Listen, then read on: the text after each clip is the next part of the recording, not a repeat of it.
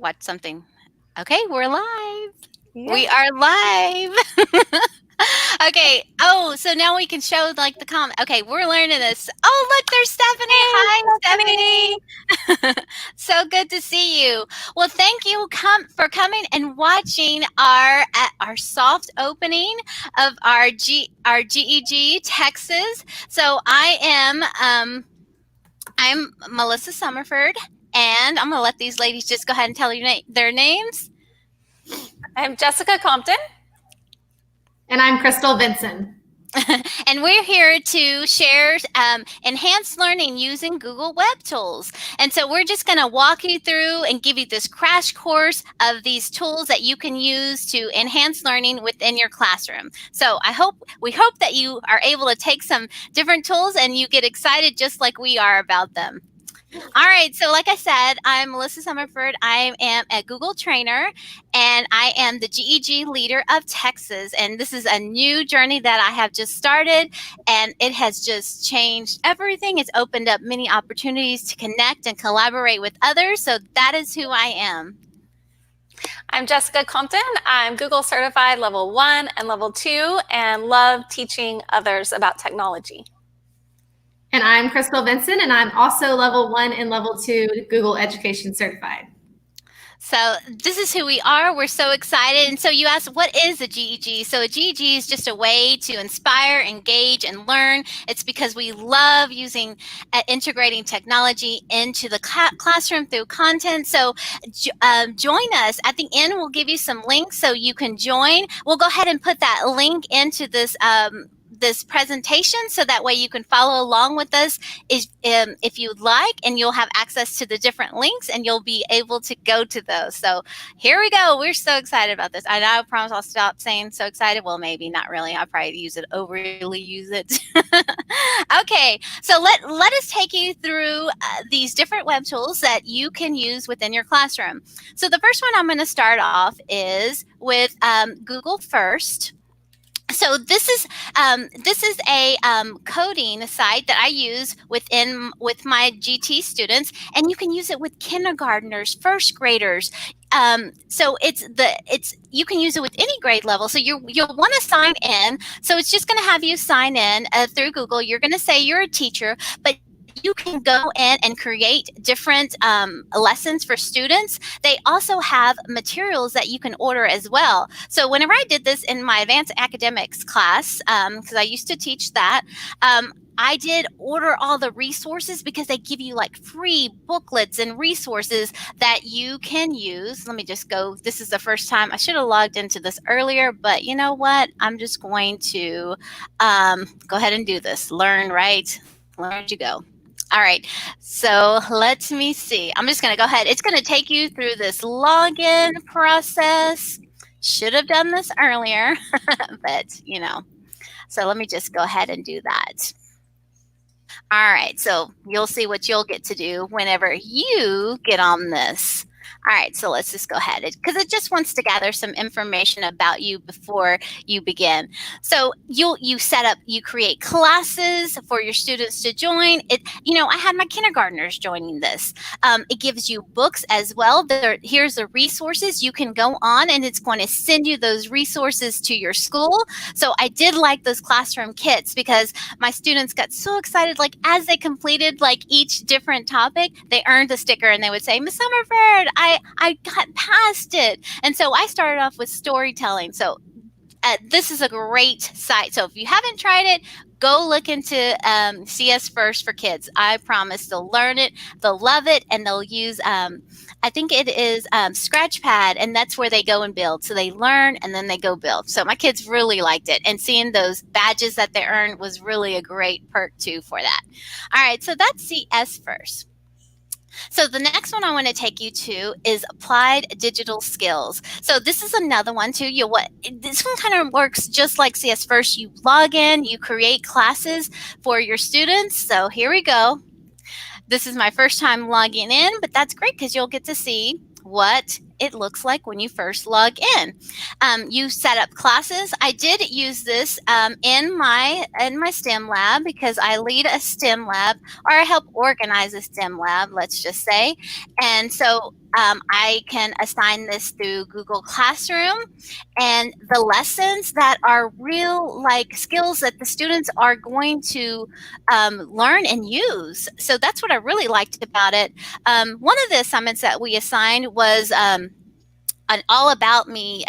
So it taught like my students how to use Google Slides and to make like an all about me presentation. I do have a para who ran the course, and she said some of the kids were so excited, and their parents were saying that they were working at home because they can access this from home. So they were working at home and they were doing those, learning those skills, and it was just real excited. And and through this online course stuff, my son hadn't received any work yet, so I made him a mama's Google Classroom, and I assigned him some Google applied digital skills. And I asked him, he goes, I'm not learning anything, Mom. I was like, really? And so I said, tell me what you did go through. He goes, well, I learned about maps and how to track people and find people, so I'm learning about hacking.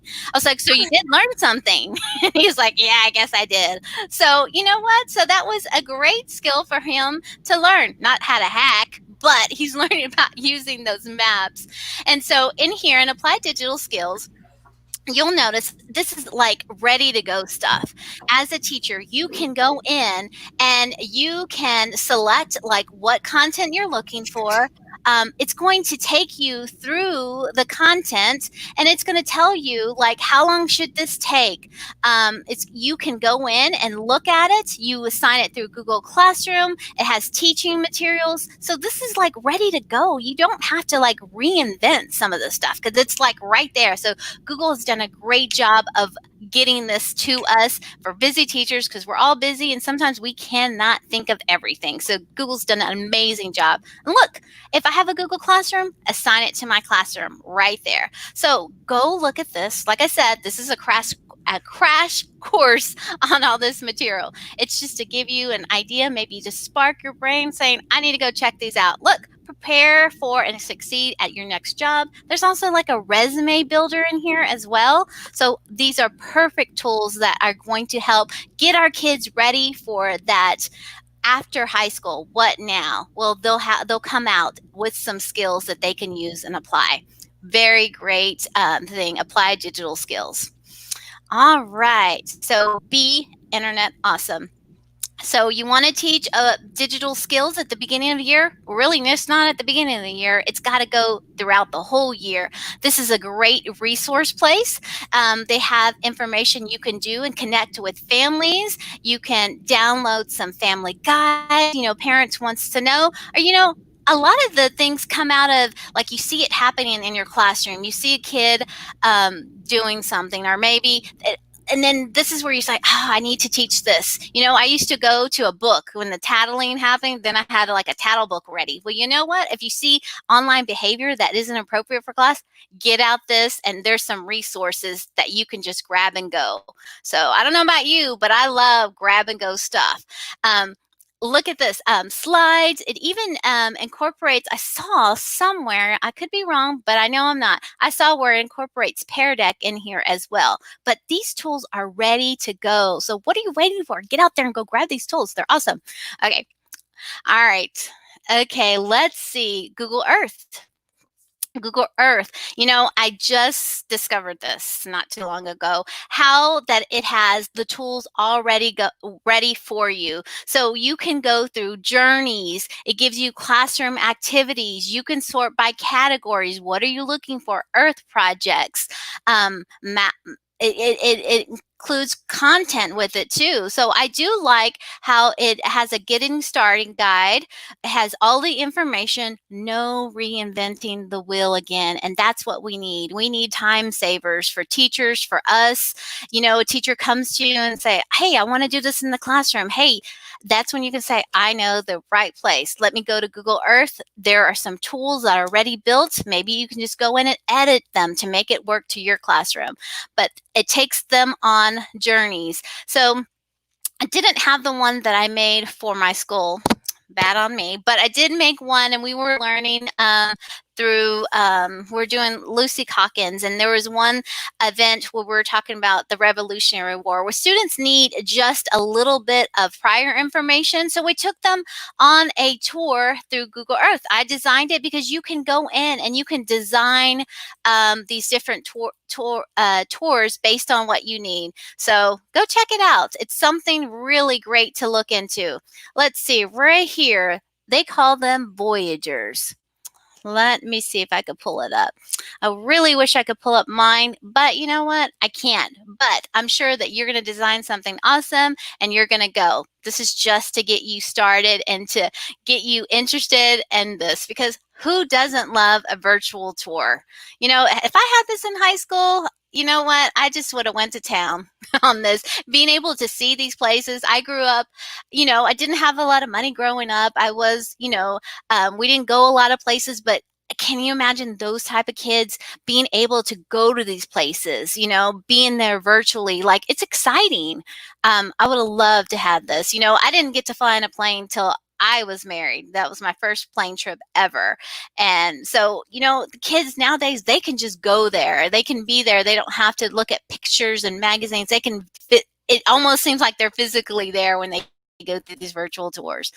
So, all right, so that is a Google Earth Tour Builder. Oops, let me go back. Of course, that's going to happen. So Tour Builder works the same way, kind of. It just takes them on a more, it kind of like connects it a little bit more. And I'll show you what I mean by that. I'm going to go ahead and pull up this one that I did do for my advanced academics kids. So this is a Google Tour Builder. So how I did this was an interactive quest that I built because we were studying and we were working on different genres. So this was our theme. We will examine literary elements in multiple genres such as adventure, fantasy, mystery, folk art using Google Tour Builder. So I set this up, and so there was a map, and it took them to each direction because I just wanted something that was going to engage my kids, hopefully get them ready to choose what genre they were going to use and write with. So you go through Spider-Man Loved Adventure, and you could see, you know, hanging out the top of the Chrysler building, and I embedded different links because this takes you to a video that's going to teach elements of literary adventure story. So you can make your own. You can go and find some already out there, and it just went. So this was just the beginning stage of a project that became even bigger. But you always need something that is going to hook your students into wanting more. So that is what that was.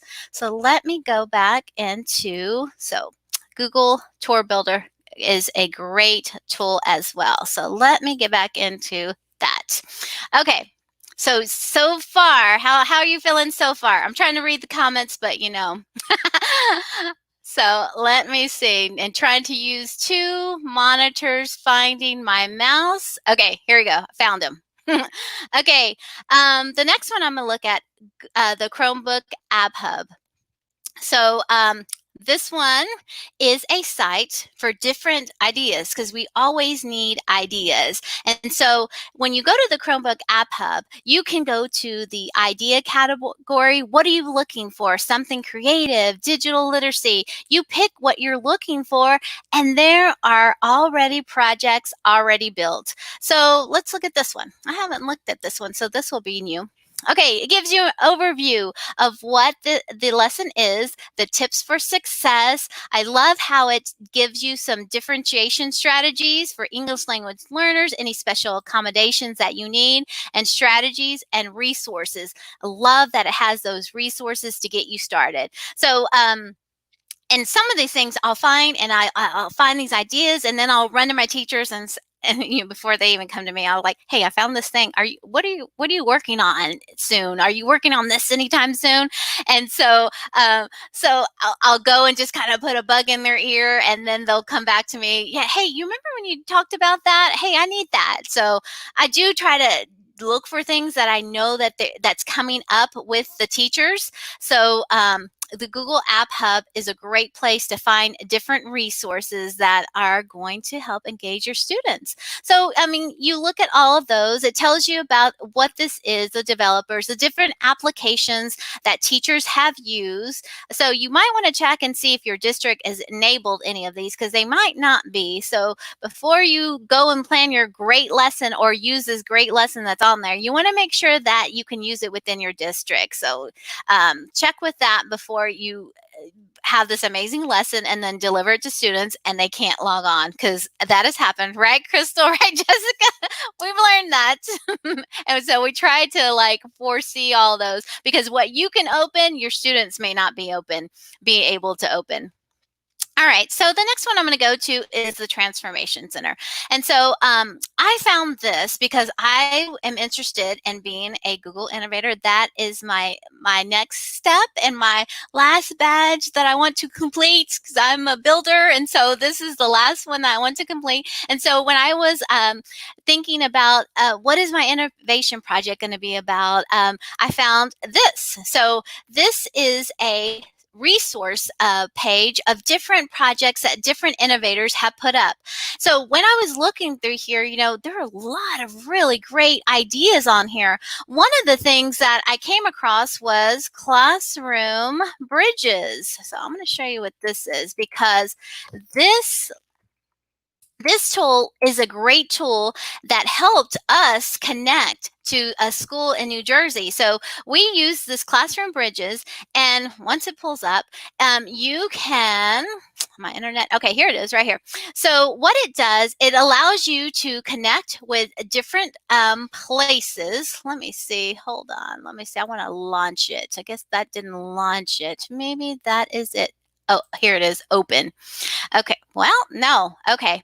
Well, anyway, what this does is you can use Classroom Bridges. You can find different other educators who want to connect. Also, it gives you a map, and so when you click on the map, you can see where the area they're located, what content they're working on as well. And so we were able to connect our fourth graders with the classroom in New Jersey. We met together and we talked with their principal. She was so excited she got involved. We talked together, and then we made a plan of what we were going to connect. So we chose to connect Texas symbols with New Jersey symbols. And so this is a great place to get connected. But I found this because I was browsing through all the innovator projects on there. So there are some really awesome tools that you can take and use with your school. So I really like, so Google just has all these amazing tools that if you don't know about them,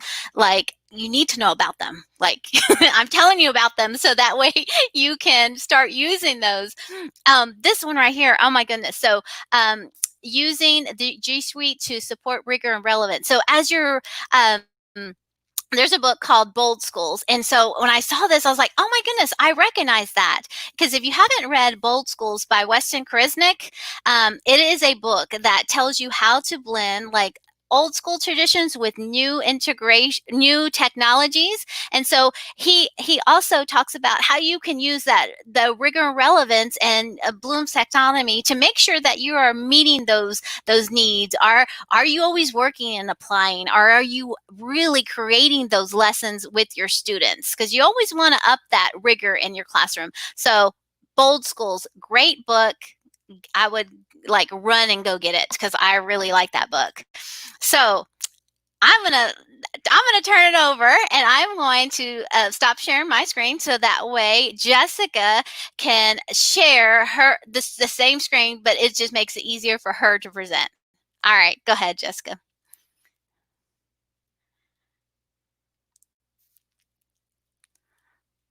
Let's see. Hold on.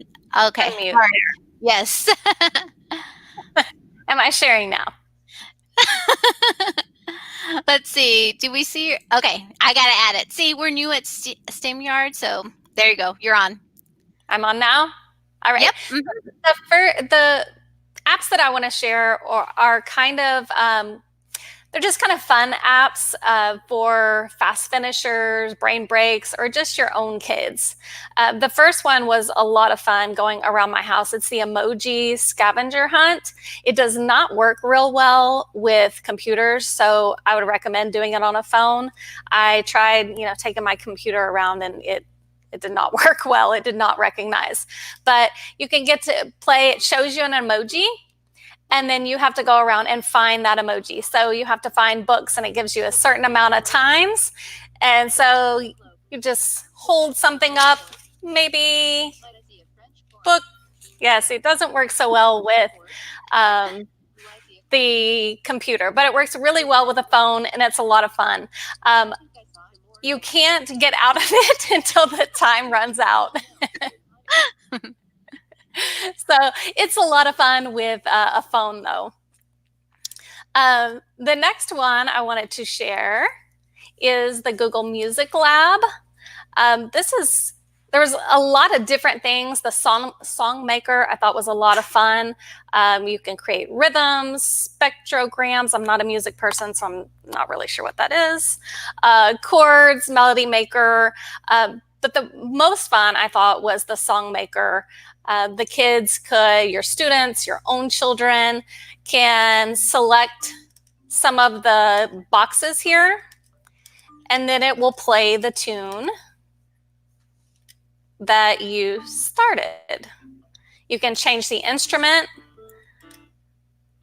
So it's kind of fun for kids to do. You can change the tempo, slow it down, speed it up really fast. Just kind of a fun thing to do for kids that finish fast, or, like I said, your own kids. And if you're a music teacher, you probably know more about that. Yeah. Right? Not me.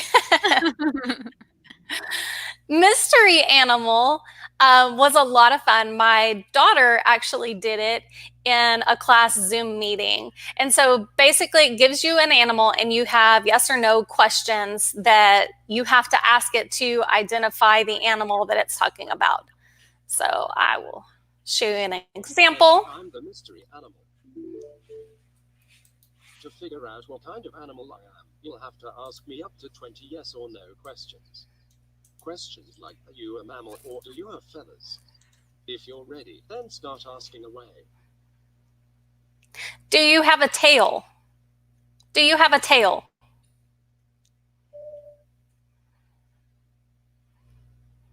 Heck yeah, I got a tail. So it just goes through, and you have to ask it a lot of questions to figure out what the mystery animal is. It was kind of fun. I did it with my family just to kind of play with it. The thing that I always forgot was to click the button, the microphone button. But it was kind of fun.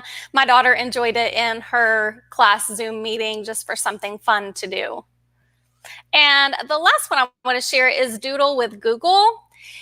It is the Google banner when you go to the search engine. Those are created by kids. So I was going to show you the gallery of some of the ones that kids have made. So there are a lot of ones that these are designed by kids, whether they're made with real objects or they're done with some type of Google app tool. These are actually made by kids. So right now, the contest is over, but it's got some really, really great prizes. If you teach art class, or just want something fun for your own kids to do, or just any kind of creative arts class. So they have to, like I said, create with some type of medium, whether it's something real or it's something that they created on the computer, and you submit it as a JPEG or a PNG. And you can see different age groups, so little ones are not competing with older kids, and they're divided by territory as well. So it's a lot of cool things. The prizes I said were really cool. Check this out. $30,000 college scholarship plus $50,000 tech package for your school. That's the national winner. We still are doing that.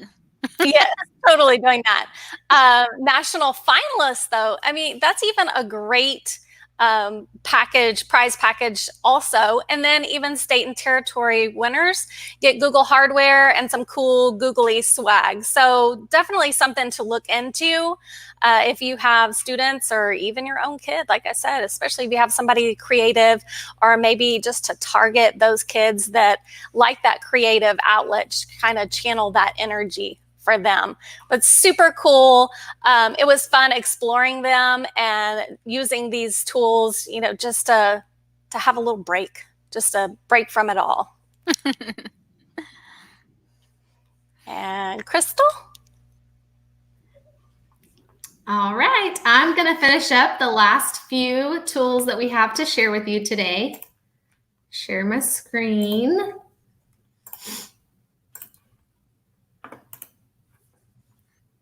All right, can y'all see my screen? Okay, I'm going to start with Quick Draw. And Quick Draw is something that you can use for a brain break or an early finisher, or like Jessica said, just with your own kids. So when you open Quick Draw, you will go to Launch Experiment. And what this is a computer trying to guess what you're drawing. So if you just click Let's Draw, it'll give you what to draw. So draw a school bus in under 20 seconds. And as I'm drawing this school bus, it's going to try to guess what I'm drawing. Don't judge my drawing.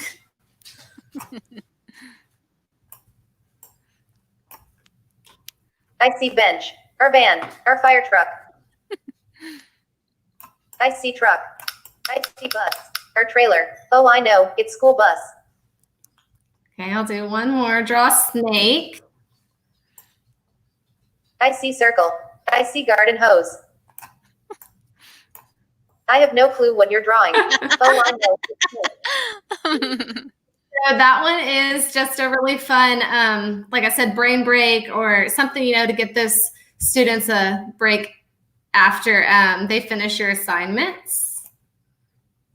The next one I'm going to show you is a Google a Day.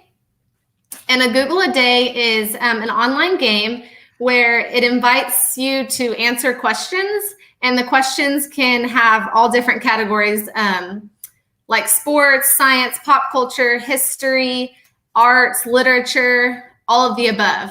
So once you click Start Playing, it's going to give you a question, and it wants you to use the Google search to try and find the answer to the question. So the questions are really, really hard. I could not answer any of them myself, so I had to use the Google search engine, but I will show you one for an example.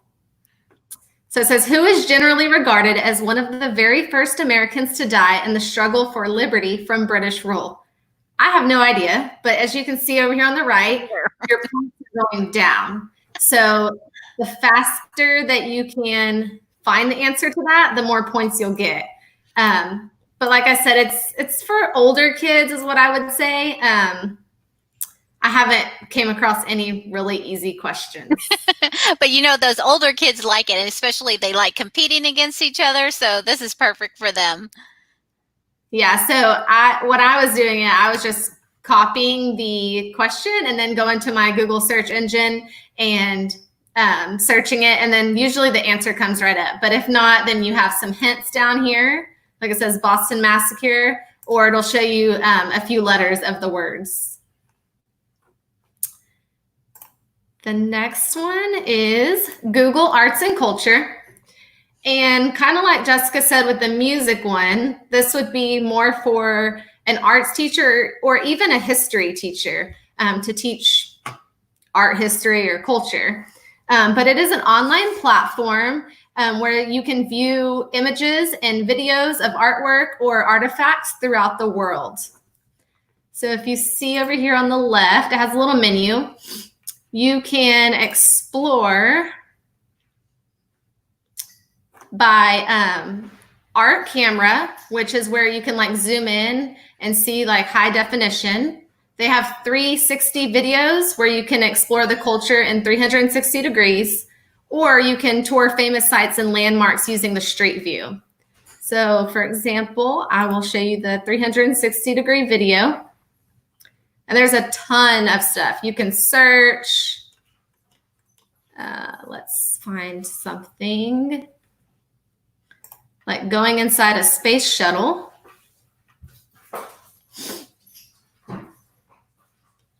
Hopefully this works. Minus 13 seconds.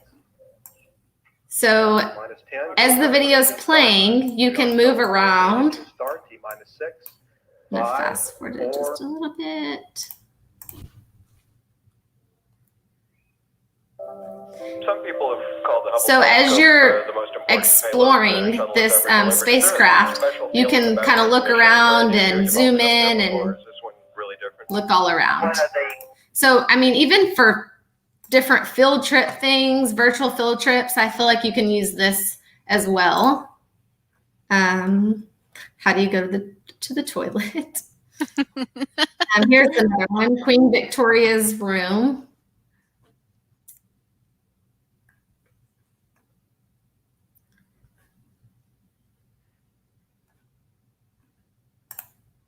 Takes a minute to get going.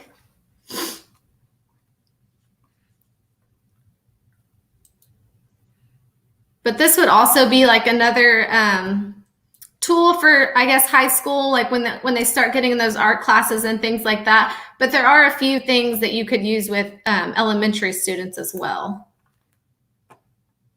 Okay, that one's not loading. Let me go back and show you maybe Street View. So like I said, when you go to Explore, you can go to different views and see, like this one says, tour famous sites and landmarks.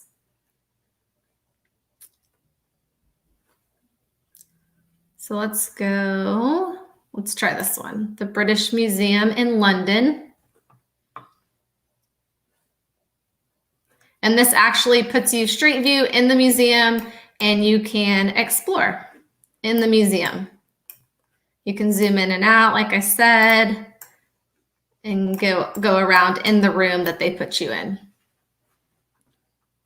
And then down here, it has different parts of the museum, like on your tour.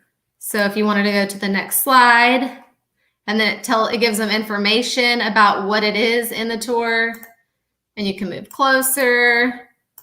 So it's just kind of like Street View in maps, Google Maps, but in museums and different arts and culture. But like I said, there's a ton of different ways that you can search and all kinds of art collections. And the last one is Chrome Canvas. And Canvas is exactly what it's called. It's just a blank canvas, and students can go on here to just draw if it was like a brain break, or what we were using it for during distance learning is using it as their way of thinking, showing their thinking. So they were solving problems and being able to show their work on this blank canvas and then saving the image and submitting it to us. So these were the ones I was playing with, but if you go to new drawing, over here on the left, you have a color palette and you can pick the different colors. This little tool right here, you can change the size and the opacity of it. There's a pencil, a pen, a marker, chalk, and an eraser. So the students can show their work or whatever it may be right here on this canvas. And like I said, you can change the colors or whatever you need to do. The button on the 3 dots on the top right is where they can save that image. There's an undo button. If you click on the layers, they can change the background of their canvas. So there's several different options, but it's just like a blank white piece of paper, but it's digital online for them to work.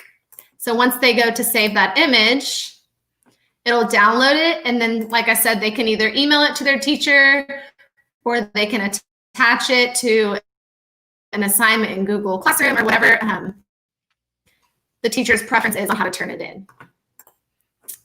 And those are the 4 that I'm sharing today. Let's see. Let's see. I'll go back to share my screen. So thank you for joining us. We were so excited to share these with you and give you some tools that you can take and use in your classroom. So the next thing I want to tell you about is our GEG Texas launch that is coming soon. It's going to be on June 16th at 7. And we're so excited. This is our agenda that we're going to go over. So if you like these kind of tools, we have some how to use G tools to differentiate learning. So we're going to share with you some ideas that we have done. So once again, I'm Melissa Summerford. I'm the GG leader here, and Jessica and Crystal are my captains, but we're doing this all together. So we are all like organizing and doing this together. So follow us on Twitter, on Facebook, save this date here so that way you can join us on that date. And so if you're interested in joining the GEGs, so this is a link to our Texas group that you can sign up. And then this is also a link to the global GEG, which we're a part of as well. So that way we can just gain more ideas and collaborate with each other and share this with you. So we hope to join us. We hope that you can take some of these things today and apply them into your classroom. All right. So we finished in 30 minutes, record time. So thank you for joining us. We're going to go ahead and end this broadcast. Thank you so much for joining us. Thank you. Bye. Thank you.